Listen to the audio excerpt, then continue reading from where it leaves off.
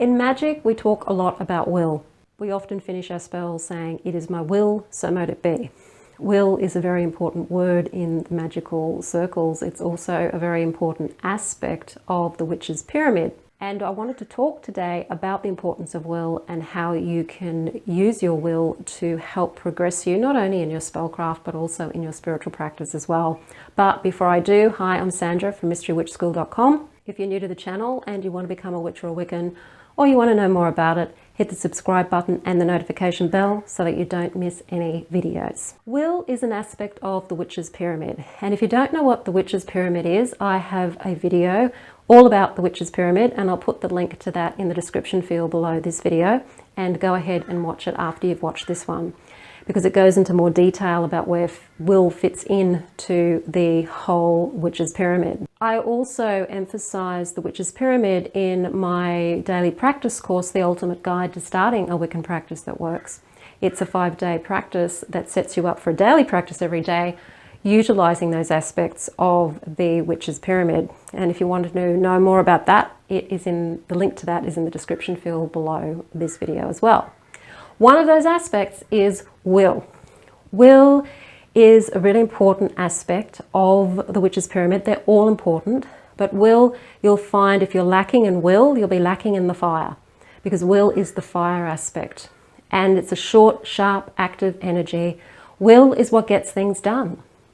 Will is what inspires you to get things done. There's the will in the mundane sense, and there's also the will, the higher will, which is your more spiritual self-will, which is why you're here, your divine will. And what you're wanting to do is align your life up with your divine will, whatever that may be for you. And that's something you keep exploring and discovering throughout life. You're not going to just know what it is. It's actually your whole life's journey. Your whole life's work is your higher will. Tapping into that at every moment as you go through that journey is a way of really exercising, tapping into your will. And when you can really connect with your higher self on a regular basis, you are able to create the life that you want to create with more joy and peace, because you're tapping into your higher will. Your will is the motivation, it's the desire, it is the intent of what you want to experience in this life. And it's also that part of you, the magical part of you, that can assert itself in the mundane world. So it's that part of you, the assertive part of you. Again, it's related to that connection to fire. So when you're exercising will in your magical life, you're going to be exercising it in a lot of ways. You need will to do a spell in the first place. If you don't have will, you're probably not even going to practice magic at all. You're not even going to probably get out of bed in the morning, because it's the will that actually gets you up and out and doing. It's the action part of your practice. So if you're wanting to connect to your higher self, you know that you're going to need to practice on a regular basis connecting to your higher self and learning how to distinguish between what's your ego self and what is your higher self, because they're two very different things. And often we think our ego self is actually our higher self when it's not. So it's understanding that it takes commitment, and it's your will that's actually going to get you out of bed in the morning to do your daily practice to help you connect to yourself. If you're wanting to learn Wicca and witchcraft, and you find that you sort of come and you go and you come and you go, and you've been doing it for years and you haven't really got anywhere because you start and then you stop because you get overwhelmed, or you don't know what to do, or you don't know what to do next, and then you find months have gone by or years have gone by and you still haven't got there, and you think, oh yeah, I wish I could, get started in this. It's your will that actually gets you started, and it gets you staying in the learning process. It gets you staying in that practicing process. It gets you going, okay, what do I do next? If I don't know, then I'll go find out. Do I need to do a course? What do I need to do? So your will is going to keep you on track as the action part of keeping you on track.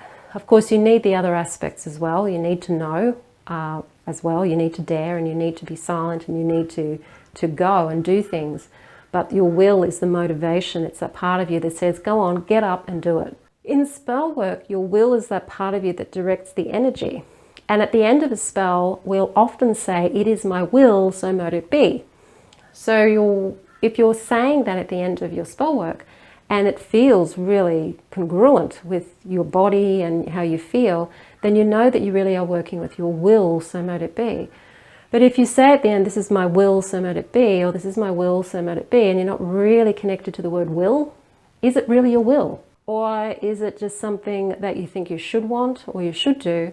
Or is there something blocking you from really connecting to your will, like a psychological block? Maybe you don't believe you deserve it. Maybe you believe that it's not possible for you. There's a lot of psychological blocks that can get between you, your ego, and your higher will.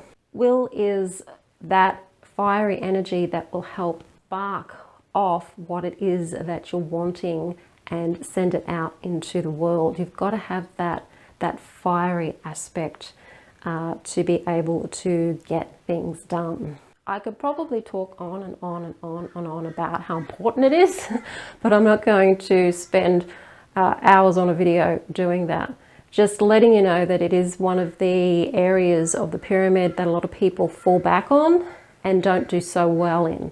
The to know part is probably the easiest part for all of us, especially these days, because this knowledge is everywhere. But that's kind of more book knowledge or mental knowledge. True knowledge of who we truly are is a very, very difficult thing to achieve as well if we don't have the will to do the practices that allow us to know ourselves. So every part of the Witch's Pyramid kind of relates and supports each part. So do have a look at that video. I can't remember what the actual name is, but I will put the link to it below this one so that you can go and watch it. And if you want to start a daily practice and you don't know where to start or what to do, then take a look at the Ultimate Guide to Starting a Daily Practice as well, because it will help you set up a daily practice and get you understanding how the Witch's Pyramid kind of fits in with that. If you like the video, hit the like button, share it with your friends. Don't forget to subscribe.